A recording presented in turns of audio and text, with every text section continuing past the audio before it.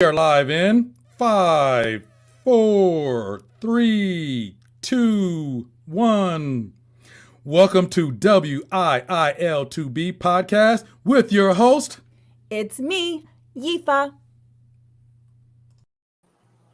Good evening, everyone, and thank you for joining us at WIIL2B podcast. I'm Yifa, and tonight I'm going to be interviewing Audrey Smaltz.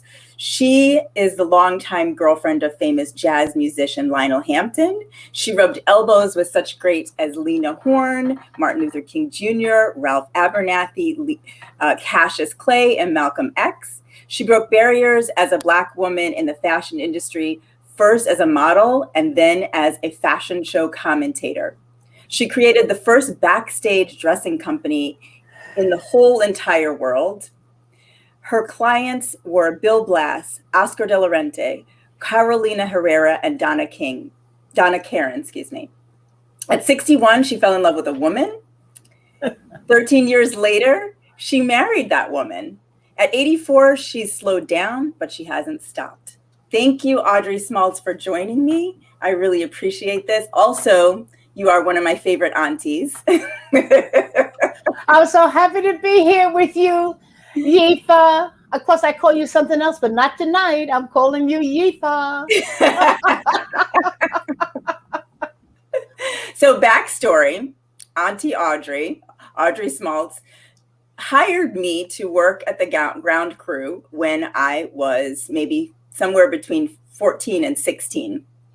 And for those of you that don't know, my first name is Ramona. That's the name that my mother gave me and the name of her sister. And so Audrey knows me as Ramona. My middle name is Yifa. And so if she fluctuates back and forth, calling me Ramona and Yifa, you will know why. Audrey, tell me a little bit about your beginnings. I started out, I was about 15 years old. It was 1954. And two of my very dear friends, they wanted to go to the Ophelia DeVore School of Charm. And we decided we would go. And I told my mom that it cost $50. And my mother said, $50? Well, they had a payment plan, $10 down and $5 a week for 8 weeks. And I took a charm course. The receptionist at the time, part-time, was Diane Johnson, better known as Diane Carroll. Ooh. And my instructor, I had fabulous instructors, but the one I remember the most is Miss Bea Richards. She was Sidney Poitier's mother in Guess Who's Coming to Dinner. Bea Richards taught me how to enter a room, how to walk up steps, how to walk across a stage, how to sit, how to keep your knees together. She taught us stage presence. I learned so much from Ophelia DeVore School of Charm, hair, makeup, wardrobe, you name it, we got it. It was incredible. So that's how I got started. And my very first job in 1954, I was a say hey kid. Now, what does that mean? Willie Mays, who was the center fielder at the New York Giants. The Giants started in New York at the Polo Grounds, not in LA. And they were honoring Willie Mays on August the 8th, 1954. And they hired 6 young ladies to be the say hey kids for Willie Mays. And we wore outfits like the baseball players. And we had short shorts and sneakers and socks and caps. And of course, his number was number 24. And that was our first paying job, $25 a day. Now I know that doesn't sound like a lot of money, but it was a lot then. And right. From there, I stayed with Ophelia DeVore doing fashionettas. Fashion shows were called fashionettas. And Mrs. Ophelia DeVore, she would do the commentary. And so one day I said to Miss DeVore, I can do what you do. She said, well, sit right here and do it. So that was a lesson learned. When you think you could do something, just tell somebody, I can do just what you're doing, and maybe they'll give you that opportunity. So she gave me that opportunity. So back in 1955, maybe, that was my very first fashion show, doing it with Ophelia DeVore. And that's how I became a fashion commentator, because of Ophelia giving me this opportunity. And then there was this fabulous woman when I got to be 17. I won a beauty contest called Miss Transit, because there was Miss Subways in New York City, and that was just for white girls at the time.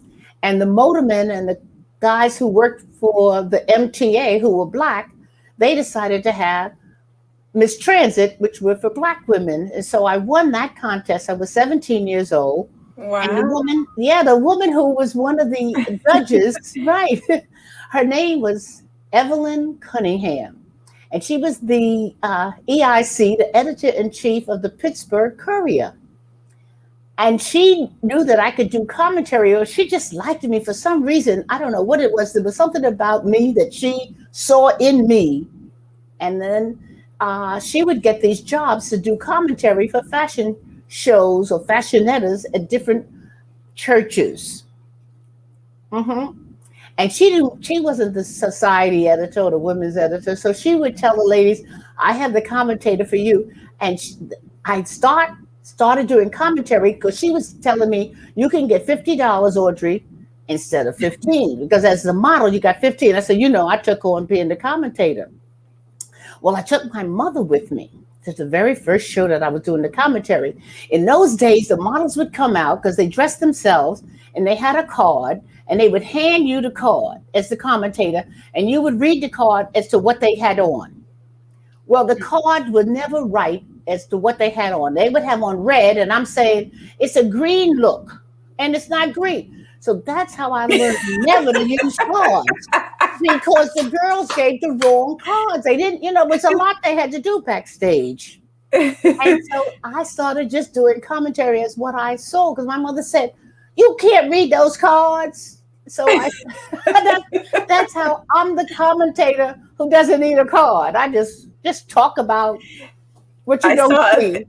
I saw a video of you. It's amazing how much information there is about you on the internet, because you are a legend. Yes, you're literally a legend. One of the amazing places that I found you was I think it's called History Makers. It's the largest. Yes. The largest oral history of African Americans, and you're in there. So you're a legend in the African American community, and it's really amazing. But one of the stories I heard in a video I watched of you is how your mother critiqued you. And I thought that was really my amazing. Mother did critique me. She should. I was young and I couldn't travel by myself to the Bronx, to Queens. It was always never in Manhattan. Once in a while, when I got older, it got to be in Manhattan, but it was someplace, where I had to go with the parent, My mother was. So did you think of that as being like a stage mother, the way people think of mothers today?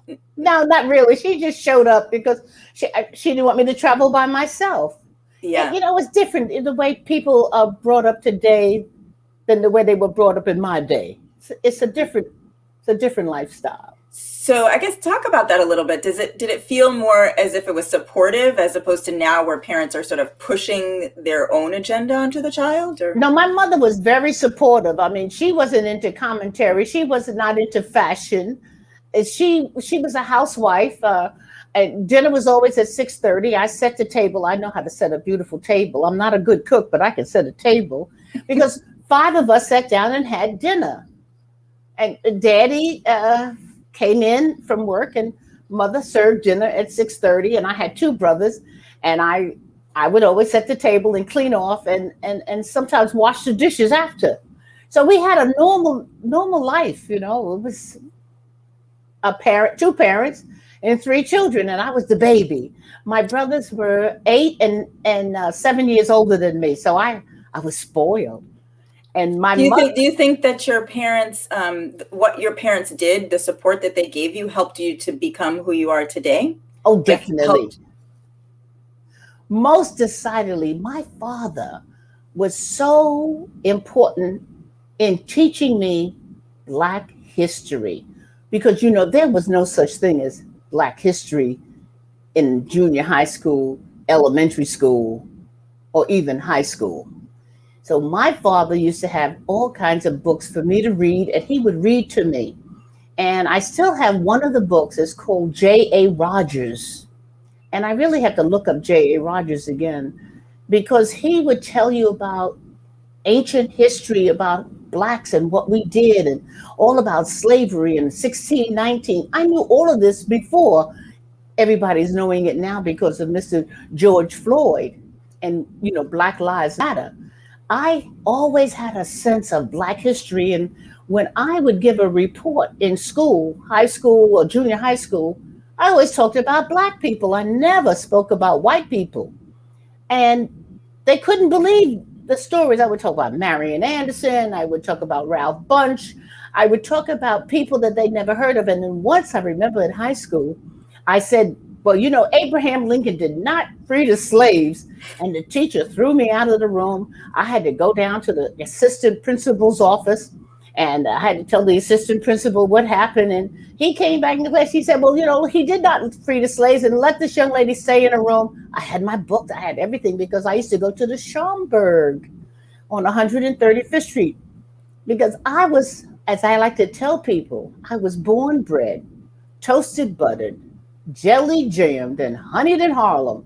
So I lived at 153rd Street and 7th Avenue. I would walk to the Schaumburg at 135th Street.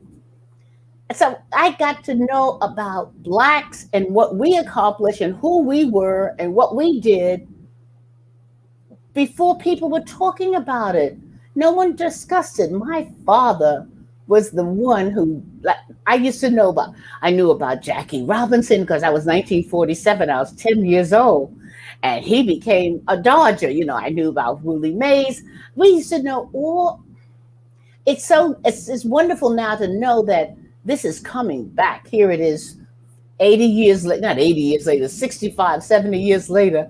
People It must have given you a sense of pride. It must have given you a really huge sense of pride. And then going forward into your career, that must have helped you to become more empowered. Like you said, you took charge and you said, I can do that. I can do the commentary. It must have helped you to feel like not oppressed, but almost proud of who you were. And you've met so many wonderful people, like Lena Horne was on the list, and Ralph Abernathy. I worked for Lena Horne because of Ophelia DeVore. I got to tell you, it's Ophelia DeVore who got us all started.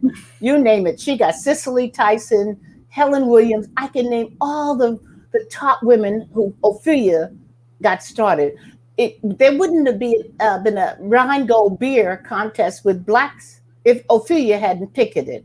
If Ophelia hadn't told those people, you're going to have Blacks at Ballantine beer, Schaefer beer, all of that. She made certain that we got exposed because we were drinking it, but they wouldn't give us a job. So Ophelia did that for us. And Ophelia was the one who got me going to do all of these wonderful things in fashion. And I got to know so much. I mean, in fact, I was 26 by this time, and I was teaching at the Ophelia DeVore School of Charm. And the Miss America contest was going to have the Miss New York City contest that led up to the Miss America contest. And they were going to have a Black woman for the first time. It's 1962, I believe. And we went down for the interview, and I was the Black woman that they chose to be in the contest. I think I was the second or the third runner-up, but that just kept going on from there. Ophelia saw to it that we Black models got into the white market. We got into Bazaar magazine before we got into Vogue because of Ophelia. Oh, I could talk about her forever. She was the one who got me going, and so she inspired me as far as an entrepreneur. She owned the Ophelia DeVore School of Charm, the Grace Del Marco Model Agency. She worked with the photographers. I was very blessed to have the mentorship, the advisors, and the people who supported me and sponsored me all those years. Evelyn Cunningham, Ophelia, I can go on and on. Women who took younger women on, who they saw that had something. They must have seen something in me, and they just kept pushing me, and I just kept moving right along. I knew when I wanted to be the commentator for the Ebony Fashion Fair, and it's now 1970. And I had a friend who worked for John Johnson, Ladoris Foster. And I said to Ladoris, I said, Ladie, I got to meet Eunice Johnson because I want to be the commentator for the Ebony Fashion Fair. And she said, well, they have a commentator. I said, I know, but I'm getting a divorce right now from my husband. And the judge said I need a job. So I have to go find a job. And this would be the perfect job for me. And so sure enough, I got the job. Boom, boom, boom. And that's how by 1970, I became the commentator for the Ebony Fashion Fair. It wasn't that I knocked the girl out of a job. The young lady who was the commentator also worked for American Airlines. So she already had a full-time job. Her little extra was doing the commentaries. And Mr. Johnson hired me right on the spot. And I told him, I said, if you need a reference, you can call Mr. George Paley, because I had worked at Lane Bryant. And I got Mr. Paley on the phone. And Mr. Johnson spoke to Mr. Paley, and Mr. Paley said to Mr. Johnson, well, if you don't hire her, we want her back here in New York at Lane Bryant. So you were living in Chicago? You lived in Chicago? I lived in Chicago. I got married in 1969 in May, and I lived in Chicago for 18 months. And a little before 18 months, I knew it wasn't the right marriage. That happens sometimes early on. And that's when I found out I needed to find a job. And so I lived in Chicago. Yes, I know Chicago very well. I lived on Lakeshore Drive. Wow. You had so many mentors. Can you talk about the one mentor that we share in common, Mr. John Patterson Jr., and how he helped you? Now this is very important. I got to tell you something. People think of me, do you know about fashion? Fashion. Yes, but because John Patterson at that time was an investment banker, and he worked in institutionals at a company on Wall Street called Bache and Company. And Bache and Company back in the 60s, I think it was 1960, yes, they were looking for a Black woman to come to Wall Street where they could train this Black person in how to sell mutual funds. And so John Patterson, that interesting John Patterson, told them about Audrey Smaltz. And sure enough, they came to Harlem where we were, and they were watching me, and I didn't know that. And I went down for the interview. I spoke to Mr. Bache himself. And sure enough, they gave me, they hired me $75 a week. I'm talking about, this is big money because I'm living at home and I'm not spending any money. And so this is my $75 every week. And I went to school 5 days a week for 9 months and learning how to sell mutual funds. Yifa, I still have that book. Oh, I learned about money. So here I am, 20 some odd years old, learning about money. I couldn't believe. And so I passed this little exam called I don't remember NAFAD, not NAFAD, but NADAD or whatever. I passed that exam. Now I could sell mutual funds after 9 months of studying and taking all kind of courses with Bache and Company. So I sold a mutual fund to my mother, my father, a couple of people, about 5 people, because you had to have $100 down and $10 a week. People didn't have life insurance, let alone a mutual fund. So I didn't have that big money like the white young people in my class. I think I was the only Black person in that class. I wasn't the only Black person. But John Patterson, Ramona Patterson, John Patterson was the gentleman who saw something in me that I should know about finance. And so to this day, if you're thinking about going into business for yourself, you better know something about finance. And you also met a Kennedy or a Roosevelt or something during that time when you were working, doing mutual funds? Your father, John Patterson, worked for Roosevelt.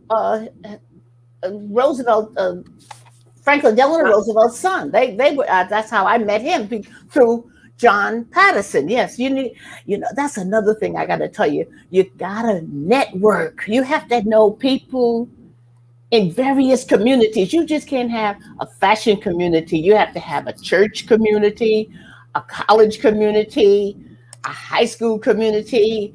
You have to have people who are from different communities.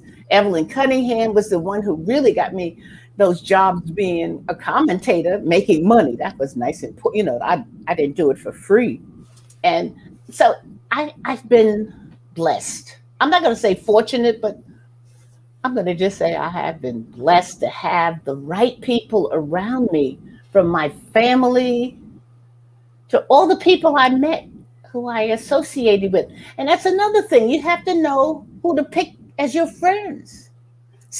You want a friend who knows more than you, who's taller than you, younger than you, prettier than you, smarter than you. You don't want anybody dumber than you. You want to have people around you where you could learn something. So you want to be striving and reaching. And yes. I think that's important. I tell my children that all the time. I liken it to having your own personal board of directors. I like that. Can I use that? Right? Yes, definitely. Use that. I like that.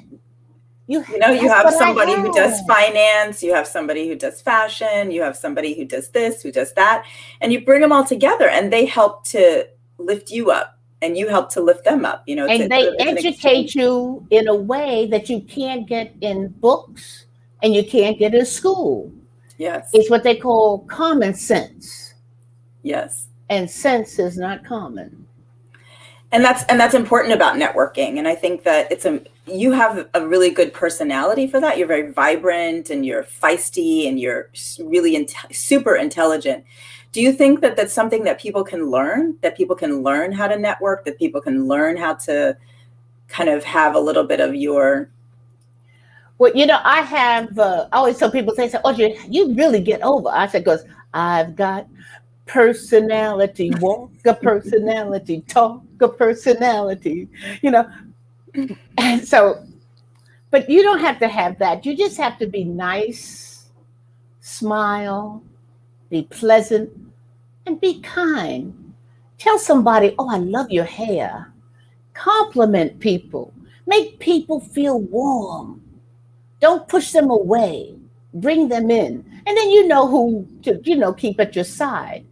But I'm an outgoing person, and I'm loud. And I've always been outgoing like that. And I'm still that way. Not so much. But you don't have to have a glaring personality. Just be nice and kind and talk to people and get to know as many different kinds of people and write it down. Well, you don't have to write it down. You can, put it in, click, click, click, click in your cell phone. But, right. We used to have Rolodexes, right? I still have Rolodex. I still have a Rolodex. Yeah, I have. And collect cards and give people your card. Let them know who you are. And you know what's so important? When I give speeches to young people at high schools and colleges, people don't know how to say their name. Mm-hmm. People just say their name fast. And most people are not even listening. So I used to teach those young ladies and young men at FIT, Fashion Institute of Technology. How do you say your name? And I would say, my name is Audrey Smaltz. My name is Audrey Smaltz. There's a pause between Audrey and Smaltz. And I'd make everybody stand up. And I said, now say your name. Oh, and they would say that. Now say it again. And they got so good at it because if you take the time, my name is Audrey Smaltz. Not Audrey Smaltz. They didn't hear it. Try it. It works. And they used to love that part. I'd make everybody say their name, and they would come and ask me a question. I said, and your name is? Oh, and they would take their time. And some people have difficult names. When your name is difficult, take your time. Don't rush. That must be hard for you, seeing how the young people mumble a lot these days and talk so softly and don't enunciate. I feel like when I look back at your generation and I look at the movies, people enunciated their words. They stood up. There was a pride in your diction. And it must be a little interesting for you seeing how the young people kind of slump a lot and kind of slur their words and talk softly. Well, you know what gets me is like, and so. Those are the words. You ask somebody a question, they say so, or they say so. Before they say anything, they say so and Notice that on television, always on TV. And no, what? I don't know. What do you mean you know? You know what I mean? No, I don't know what you mean. You didn't say anything. Watch your ums. Got to watch your a lot of people say and you find out if you just record yourself, and you can do that on your cell phone. Record yourself when you're speaking to one of your friends on the telephone, and then play it back and see how many times you said so like You'd be surprised.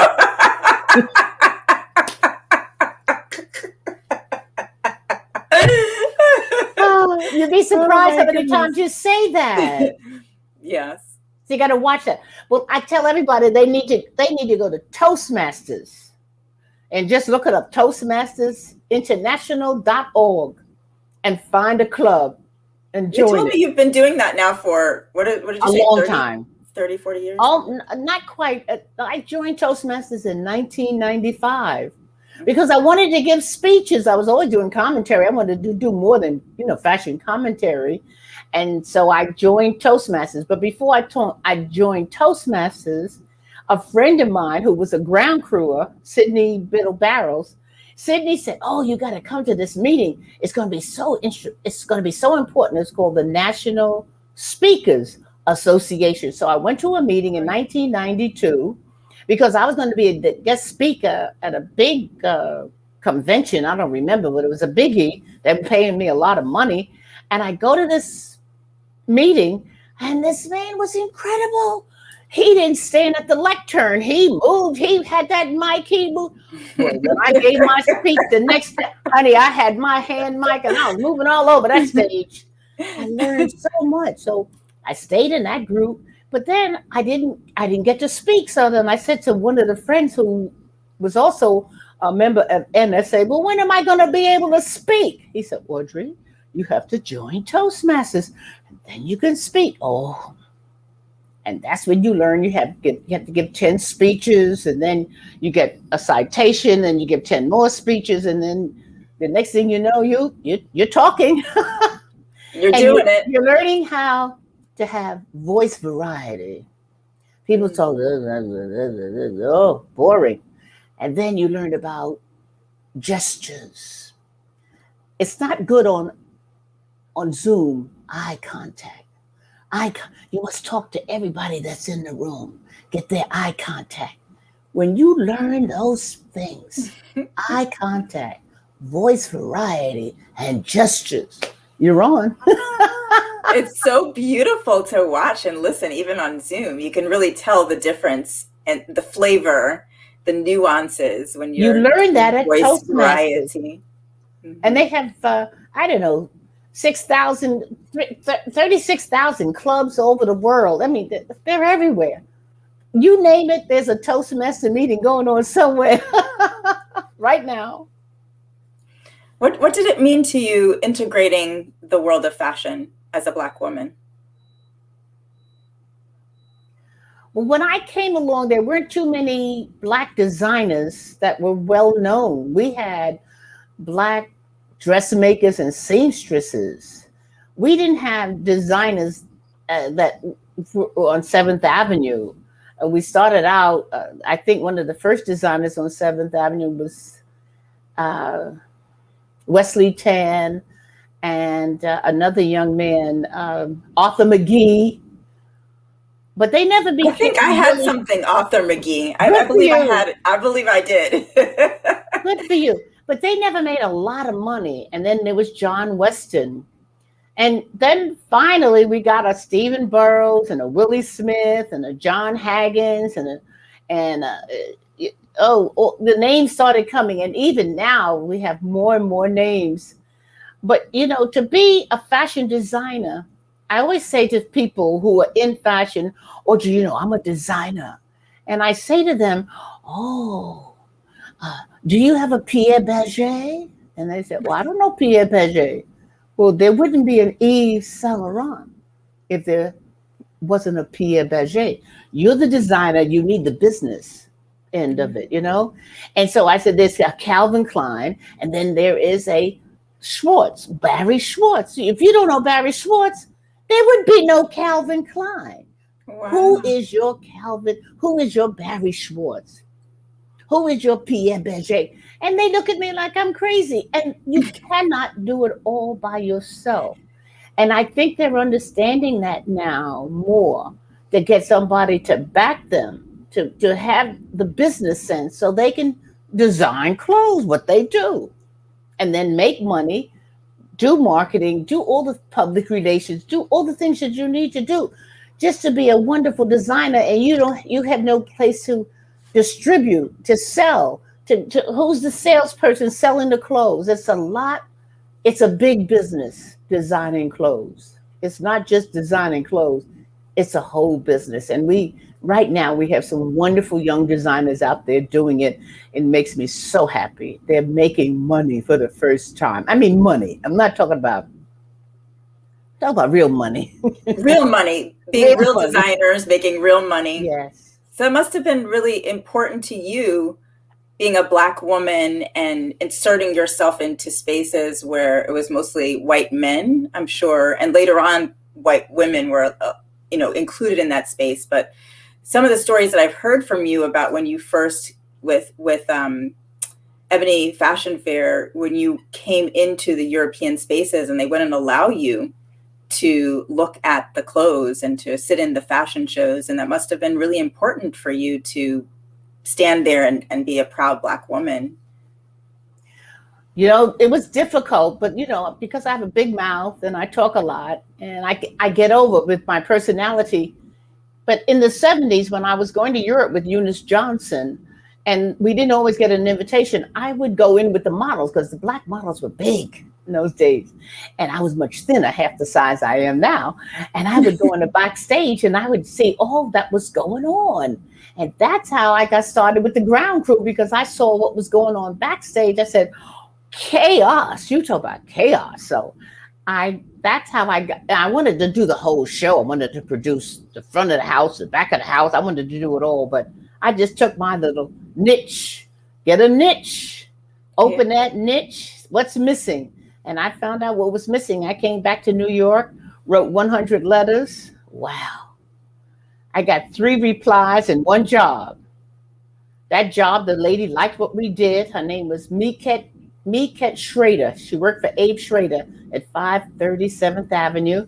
And the shows were in the showroom in those days. We did 3 or 4 shows a day for a couple of days for buyers and for press. And we did a wonderful job. Oh, the bookkeeper was so thrilled, honey. She didn't have to do that. The bookkeeper and the friends and the family.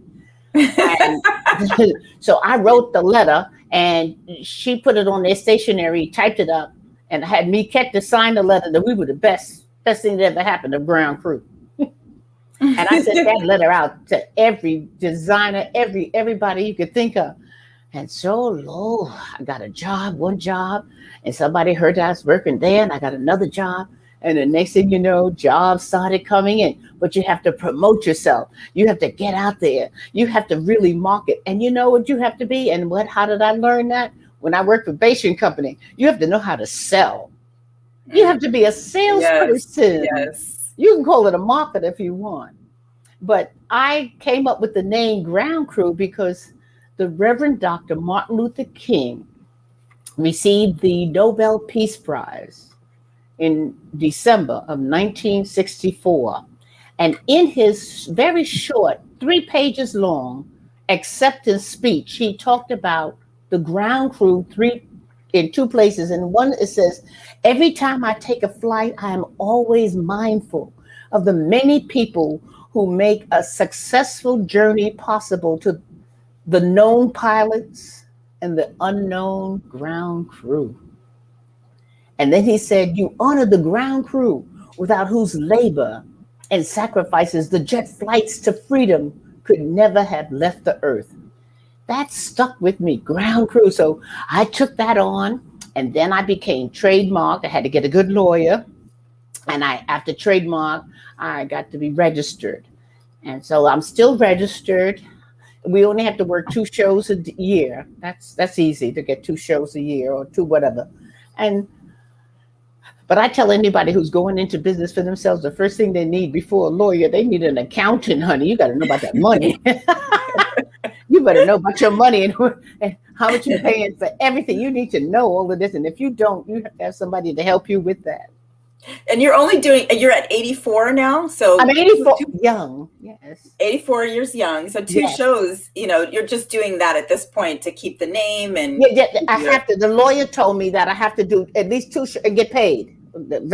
I could do more than that and not get paid, but get paid, Yes, that's all. So I have a question from the audience.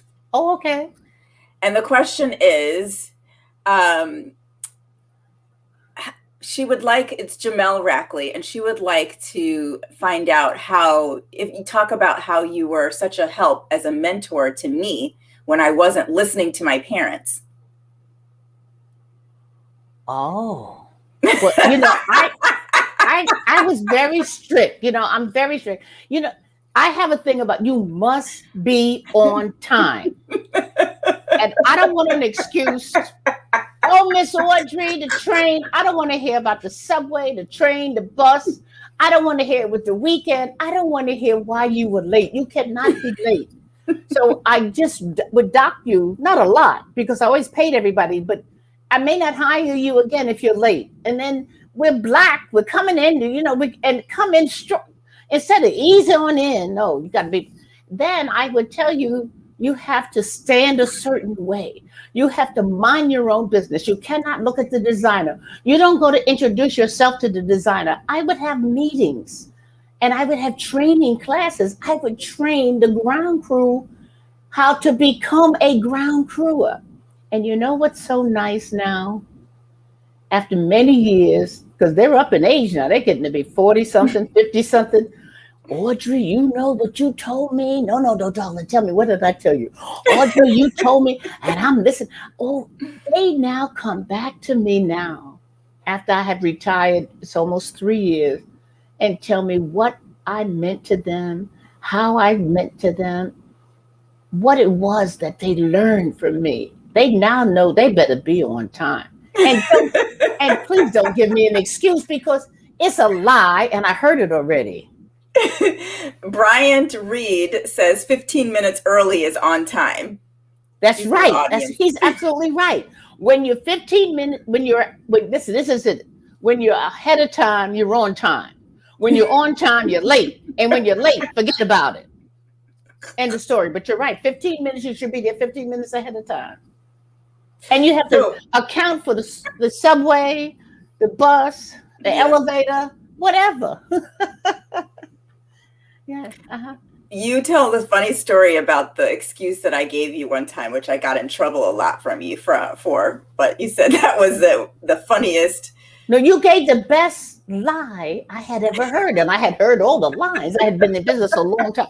Ramona, excuse me, Yifa, you were so good.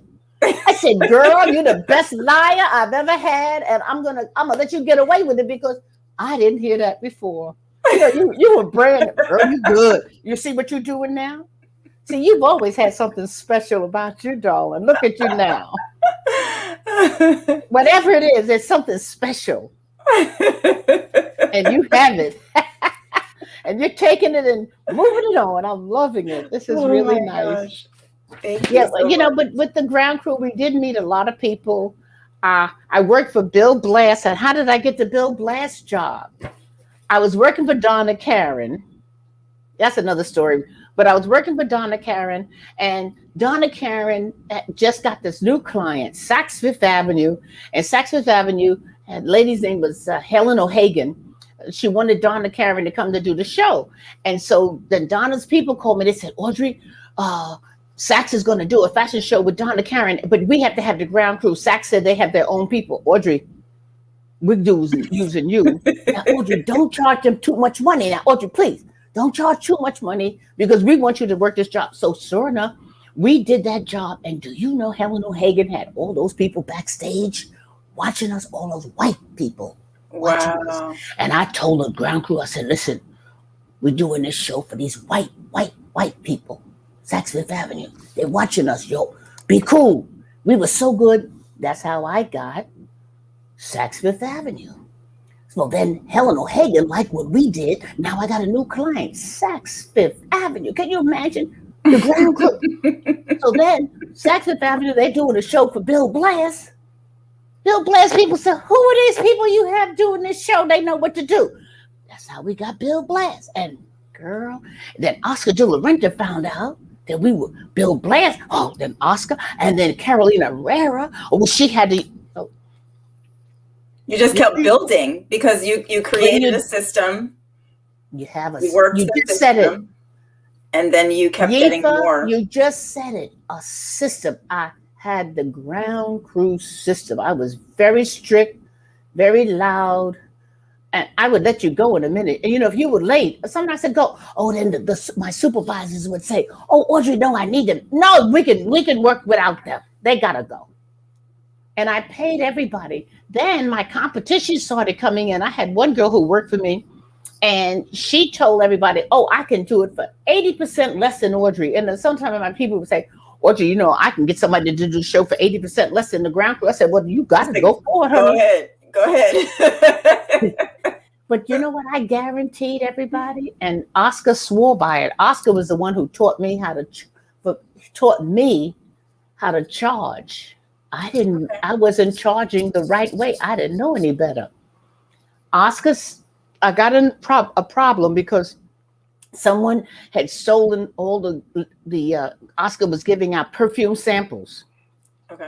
And someone had stolen the perfume samples, and somebody saw a black person put the perfume samples in a garbage pail. And just because, the ground crew, mostly black, they said the ground crew did that. Well, honey, I had to go to Oscar's office and talk to the PR people and say, no, that was not the ground crew.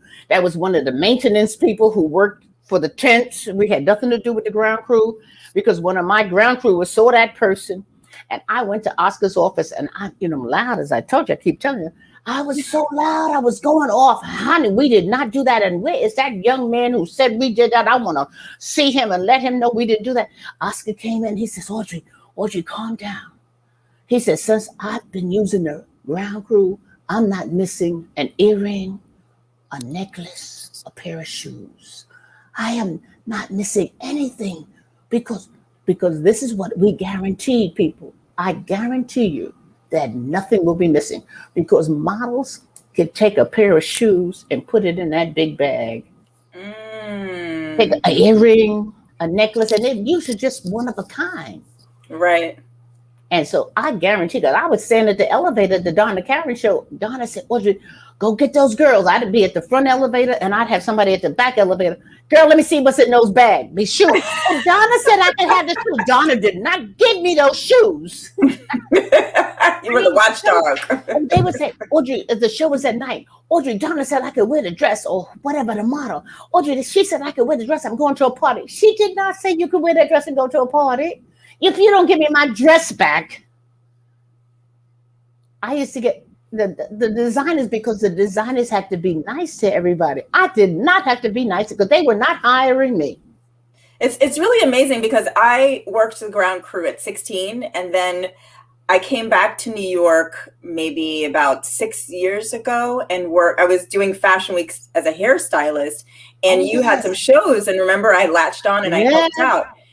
And it was so different. It's like the industry had changed. Oh, totally. Yeah. I'm glad but this year I just want to do one show, and I have to call him up. I want to do Michael Kors. He's been doing shows for 40 years, and I was a part of his 40 years in business. So I want to do his show. And it's also like you've been a part of that change. You created the ground crew, you created these systems. And like you said, other people decided to pick up on that. Oh yeah, they picked up. But of course you can't be it by yourself. But they weren't the ground crew. We were special. Mm-hmm. And we're very proud of that. We're very proud. I mean, it was a good run. I can say that my ground crew was not a job. It was a hobby. You enjoyed yourself. And that's what everyone should do. If you're going to work, love what you're doing, enjoy what you're doing, have fun, just relax. And then it doesn't feel like work. It's your passion. It doesn't feel like work. It doesn't feel like a job. And guess what? Money's coming in. And then you got to pay your taxes. You got to do everything the right way. So just do it. I have a question. When I'm talking, are you hearing an echo? Because I hear an echo in my ear. No, I don't hear anything. Great. When you're a one-woman show doing a podcast and you don't have an engineer, you have to stop momentarily and check out these things. Well, just think, one day you'll have an engineer. One day I'll have an engineer. Yes, indeed. What was that like for you being a one-woman show? And how long did it take for you to get your engineer? Oh, I had a lot of young people who wanted to work. I'd say, well, listen, this is how much I can pay you. And let me know how many days you can work for me and yada, yada, yada. And I had April Brookins. I had Patricia Polhill. I had a lot of wonderful young people who worked for the ground crew. And they worked so hard. And I didn't pay a lot of money, but they got paid. And the perks were good, too. And we just worked together. You help people along and they believe in you. And not everybody needs a whole lot of money. They lived at home or they had a husband or whatever. And I was very fortunate that I always picked the right people. I had my niece, BP Cole. Oh my gosh, she was fabulous. She was with me from the beginning. And another young lady, a model who I told her she needed a model because she worked for me at the Ebony Fashion Fair and Geneva, Washington. And I told Geneva, girl, you need to go to Europe, honey. You can't. She was working at not the post office, at the telephone company. I said, forget the telephone company and go to Europe. And so one day, someone from Europe came to New York and they just unannounced came to my office on 55th Street. And they wanted to know when Mrs. Johnson, I was not even with Mrs. Johnson at the time, when Mrs. Johnson was going to pay them for some clothes that she had bought. I said, oh. Anyway, I called Mrs. Johnson and I got the money. And then I said to this gentleman who was the husband of Laura Biagiotti, I said, you need to hire this young lady. Look at her. She's a fabulous model. When she comes to Italy, she's coming to Italy. She has to be your house model. He hired her right away. Geneva stayed in Europe for about 10 years. It's who you know and how to ask. I need that job. And that's another thing. Ask for what you want. Because if you don't tell me what you want, how am I supposed to know what you want? So I always tell everybody what I need and what I want, and I would get it most of the time. Because Mr. Johnson of Johnson Publishing Company, he said, Audrey, you got to be a salesperson. I was good at selling. He said, you got to ask that same question to 10 different people. 7 people will say no, but honey, number 8 says, yes, you got the sale. So don't let 8 no's turn you down. Because the next one is going to be, yes, I want to buy a page in Ebony magazine. And that's what I did. People didn't know that. People thought all I did was the Ebony Fashion Fair. No, honey, when I was not on the road with the Ebony Fashion Fair, I sold space for Ebony magazine. Yes, I did. You got to do a lot of things. You can't just be, I'm a singer. Girl, you got to be more than a singer. Look at Jay-Z. Look at Jay-Z and a lot of Beyonce. They're not just they're buying up prop art and that's right, sports teams and all kinds of things. They say that their daughter, what's Ivy Blue or Blue Ivy, she's a millionaire already. Can you imagine? The daughter's a millionaire. Yeah. God bless. So Angela in the audience says, fantastic seeing you two lovely ladies talking about the hard work that can lead to success. Very inspiring. Thank you, ladies. Thank you. Yes, you can do it. You can do it. If anybody wants to talk to me, you can call me on my you can't call me, but you can send me an email. I'm on Instagram and all that, but I don't. But my email is easy, audreysmaltz@gmail.com, all lowercase. That's if you have a good question to ask me, and I will answer you. If you have a question, I don't care what age, what you're doing, I got the answer. Been around, been there, done that. So is this the You know way what? that you give? You know what I would say, like to tell Okay. people, I'm not a wannabe. I'm a has been. Been there, done that. Okay, I'm sorry. No, that's okay. I was just saying, is that the way that you continue to give back to young people? I By give back to mentoring? anybody. That is my gift to you, to share with you what I know, if it can help you in any way. And I know I can help you. I'm helping a lot of people, and they're coming back and they're telling me. I think that's wonderful. And I don't charge. You know, some people who are in a business, they ask me, I have a fee for them. But just regular people who need, you know, a little advice, I'm good at that. I can give it to you. And it's my pleasure to see someone else grow, to expand, to explore, to discover, and to help others along the way. That is so important, to pick somebody up and help them. That's beautiful. And be nice. On top of that, it's the cherry on top. Be nice. You know, some people have attitude. That attitude, I call it tude. It's not necessary to give me tude. And I would tell them, knock it off. What are some things that inspire you to keep going at 84? Oh, I get inspired. You know, first of all, I walk. You know, I know how to do my walk every day. I have, here it is. It's right here. My pedometer. Let me see. I have 6,935 steps in. My goal every day is 7,000. So I'm going to make 7,000. I got 6,000. And you're at 6,000 what? 935 close. steps. People try to do 10,000. I used to do 10,000. Not mine is now 7,000. If I do more than 7,000, I'm very happy for that. What else? Gail inspires me, my wife. She's so great. You know, she just, you know, keeps you going and do this, do that. Life inspires me. When I wake up in the morning, I'm inspired. I say, oh, I'm up. I'm in my right mind. I can jump out that bed, get those legs over, honey. All right. I say, thank you, Lord. Thank you so much. Life inspires me. God inspires me. I read a prayer every day. I have a book that I read every day. I'm happy. Most people listen. They complain.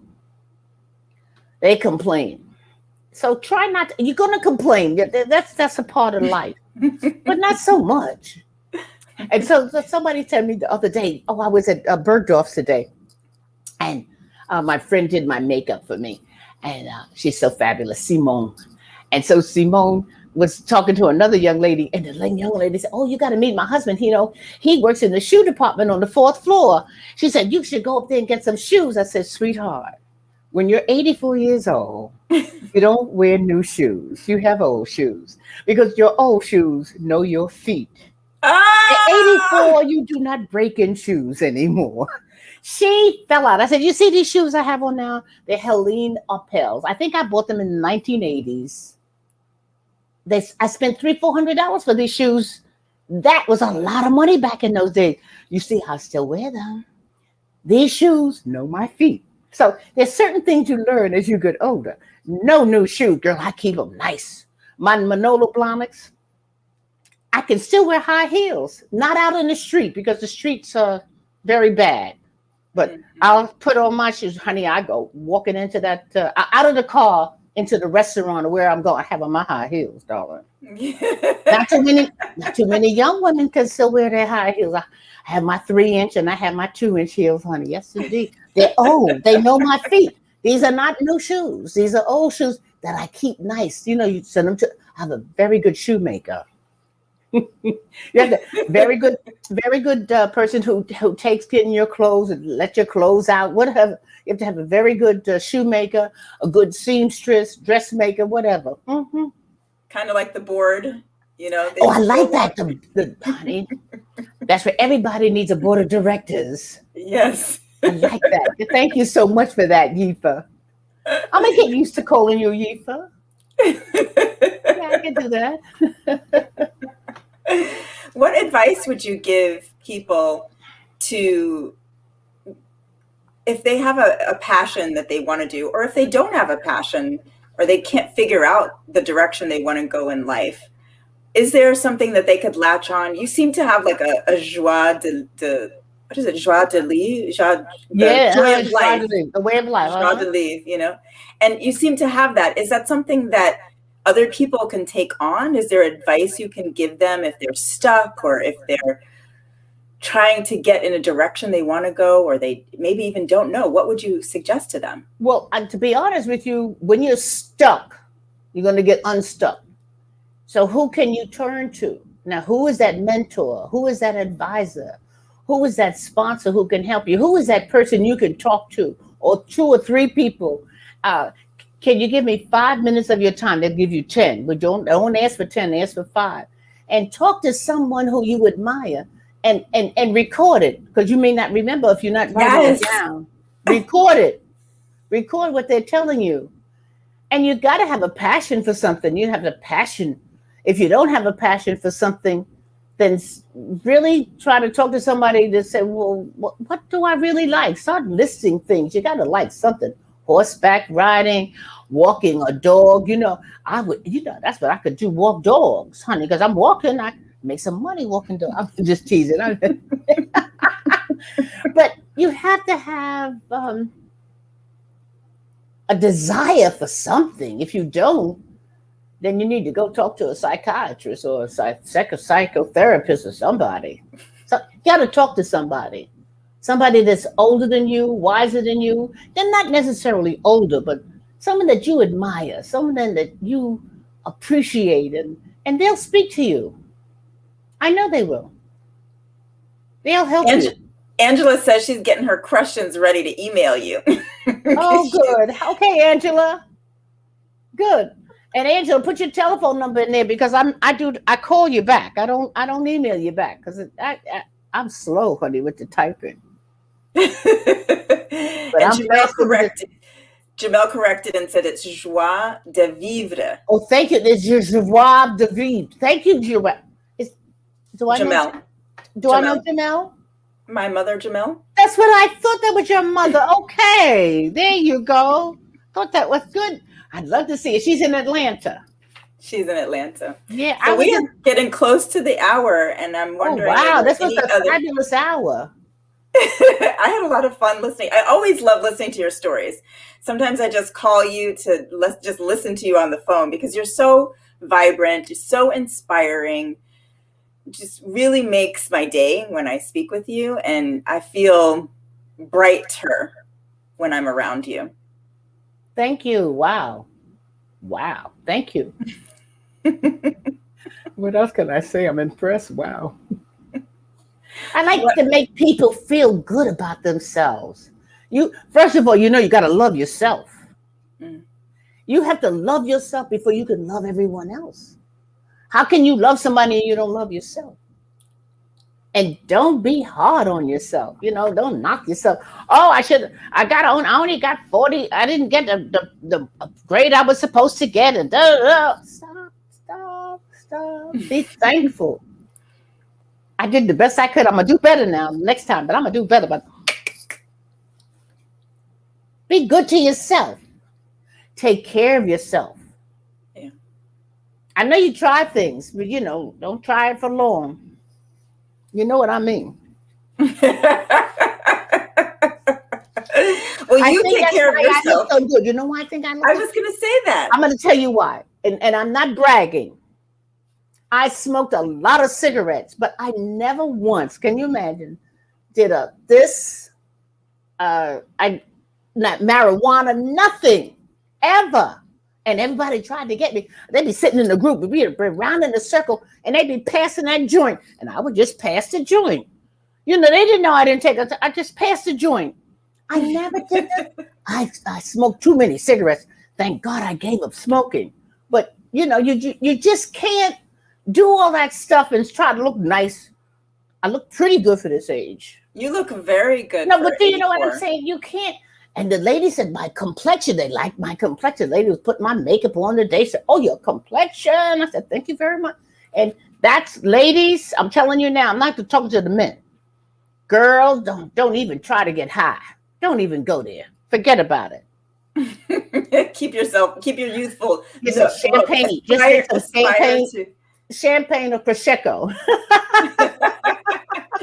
Aspire to be Audrey Smaltz at 84 and looking as good as you. And so we're at good. the hour. We're at the hour, and I wanted to say thank you for joining me, Audrey. It's always a pleasure speaking with you, and when I call you on the phone, and I feel so blessed that you were able to come and sit with me in my podcast and be the 7th episode, lucky number 7. On July 6th, I'm going to be coming back and I'll be interviewing Morris Dino Robinson, who has been collecting the history of the Black Americans in the North Shore of Chicago. And he is going to be talking to us about reparations in Evanston, which is one of the first cities that decided to give reparations to its Black community. And he's going to be talking about his legacy center and the work he's been doing to keep the history of Black Americans in the North Shore going. So I appreciate you coming, Audrey. Thank you, everybody, for tuning in and listening, and see you on July 6th. Thank you. Good night. And thank you, Yifa. You're welcome.